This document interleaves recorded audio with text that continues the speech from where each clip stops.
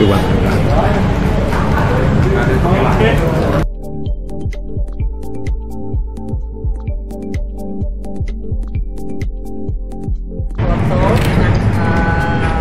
Foto wilayah yang isinya adalah saya, yang tanpa pengetahuan saya difoto di suatu tempat gym saya.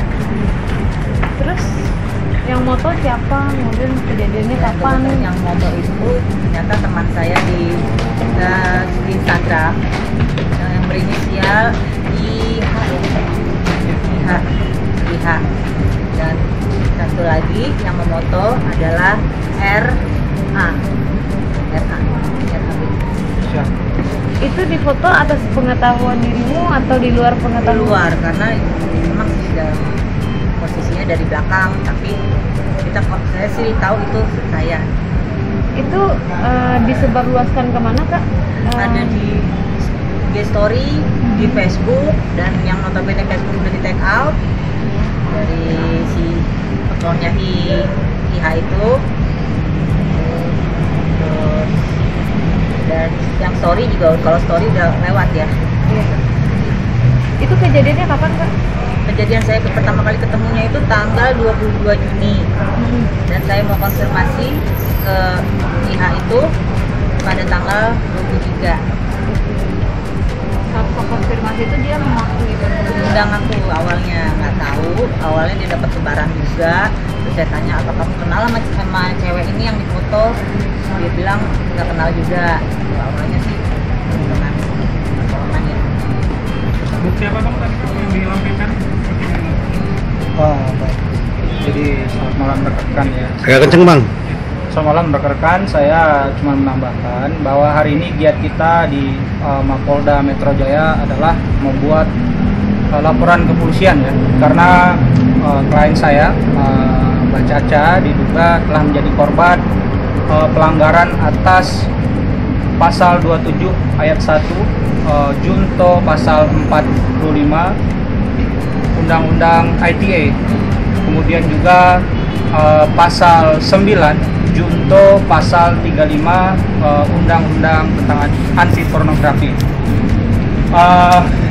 Malam ini kita telah diterima dengan baik oleh pihak kepolisian ya, berhasil membuat laporan polisi tersebut, di mana kronologis sebagaimana yang telah dijelaskan tadi oleh Ibu Caca, Mbak Caca, bahwasannya pada tanggal 22 Juni 2022 beliau melihat Instastory, kemudian diketahui ternyata siapa terduga terlapornya ya. Kemudian sempat juga pernah ada kita musyawarah yang awalnya para terduga pelaku ini berkilah alibi, tidak tahu, tidak sengaja dan lain sebagainya, sampai pada akhirnya kita tanya terus, mengakui bahwasanya memang sengaja difoto kemudian dikirimkan ke pemilik akun Instagram tadi. Nah, saya kira ini harus ditindaklanjuti secara serius melalui proses hukum yang tersedia ya, tentunya dengan membuat laporan polisi supaya apa?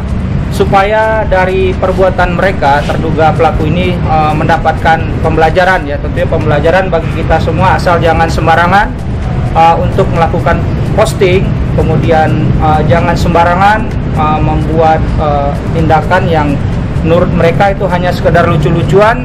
Sepenuhnya proses hukum telah kita laporkan secara resmi, maka dari itu kita akan ikuti proses hukum yang dijalankan oleh pihak kepolisian. Ini tadi bang, bukti apa aja bang yang dilakukan? Oh baik, terkait dengan bukti awal ya, mudah-mudahan diterima sebagai petunjuk awal bagi pihak kepolisian. Kita telah menyerahkan dan memperlihatkan screenshot. Ya paling ya yang jelas screenshot ya dari Instastory yang tadi kita sampaikan. Itu sebagai awal atau petunjuk bagi pihak kepolisian untuk menindaklanjuti laporan ini. Oke. Baik, saya kira untuk ancaman hukuman atas dugaan tindak pidana yang dilaporkan ini di atas 6 tahun ya, di atas 6 tahun saya kira. Ya ini yang menjadi pertanyaan gini nih Cak, itu kan foto kamu itu kan menghadap belakang gitu ya. orang kan nggak ada yang tahu itu kamu gitu. Si pelaku itu emang mempublishnya dengan ngetek nama kamu atau Nah, bagaimana? dia nggak tahu kalau itu kita, karena kebetulan di tempat gym itu, di tempat di mana saya berdiri itu adalah lemari yang saya selalu di situ langganan, dan semua teman-teman saya di gym tahu.